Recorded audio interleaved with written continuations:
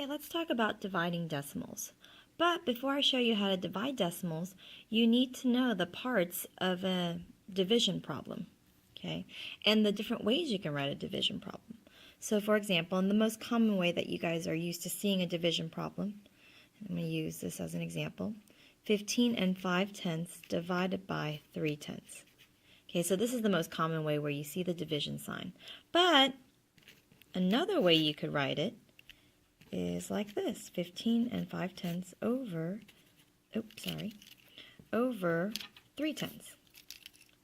0 and 3/10.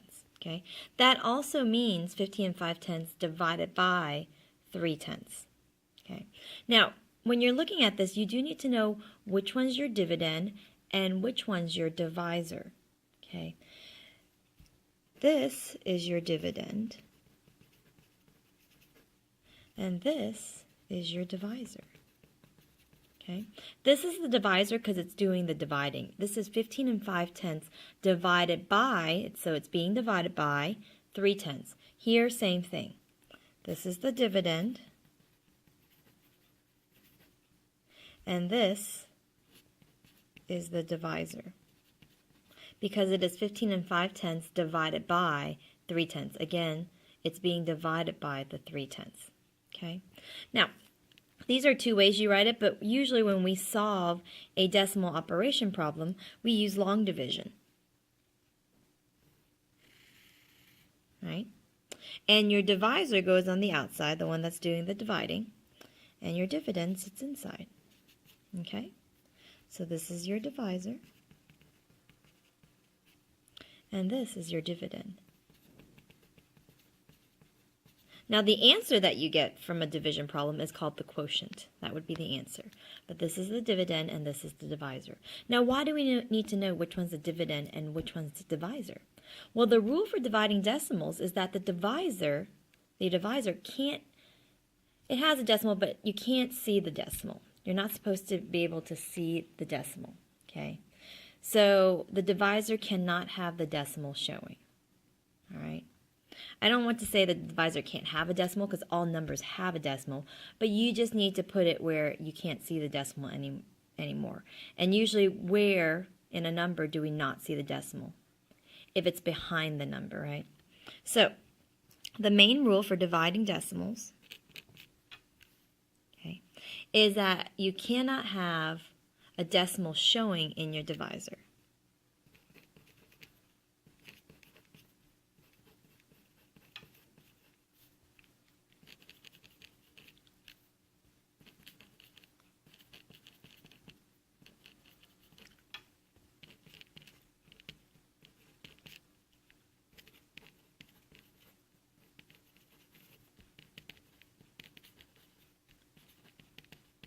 Okay, so you cannot have the decimal showing in the divisor.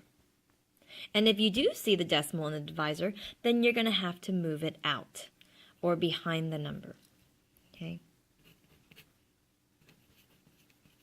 must move the decimal point behind the number.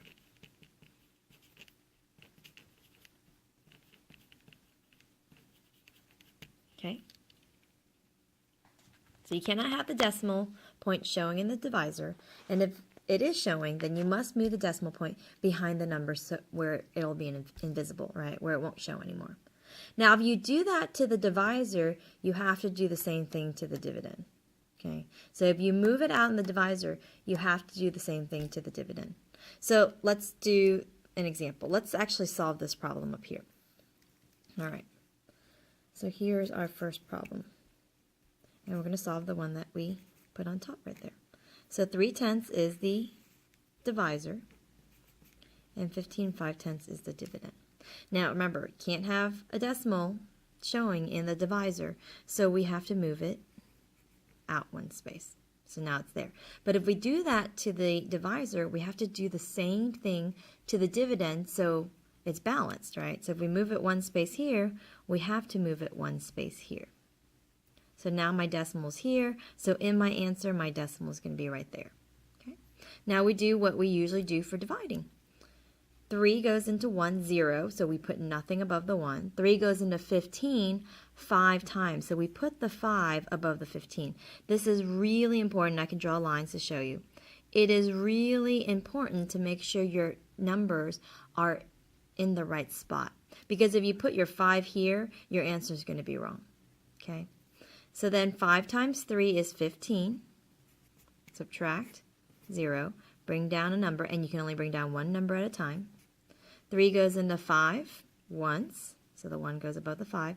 1 times 3 is 3. Subtract, and then you get 2. Now, some kids would like to just put the 2 behind the decimal and say, okay, I'm done. No, this 2 is a remainder. It's 2 out of 3, but that's not the decimal. To continue, you have to add some extra zeros behind the decimal. Remember, behind this decimal, there are plenty of zeros that we can keep dividing, that we can bring down, right? So let's keep dividing. Let's bring down the next 0.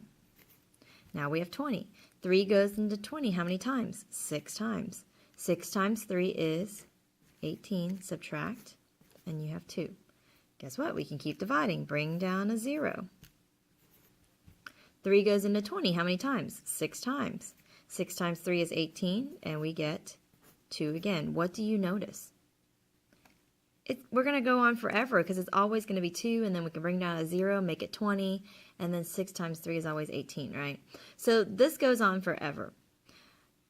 Since it goes on forever, our answer is 51.6 repeating. That 6 goes on forever. That bar that you put above the 6 means that this 6 keeps on going. Okay, so that is our answer for 15 and 5/10 divided by 3/10. It's 51.6 repeating. Okay. Let's do another example. All right, this time, let's do 1 44/100 divided by 12 thousandths. Now again, here's our divisor, and we cannot have the decimal showing. So how many spaces do we have to move it so it's behind the 12? Well, that would be 1, 2, 3 spaces. Okay, so we have to move it 3 times, 1, 2, 3, for it to be behind the 12. Now, if we do that to the divisor, we have to do the same thing to the dividend. So 1, 2, 3. What do you think we put in this empty basket? A 0. Okay.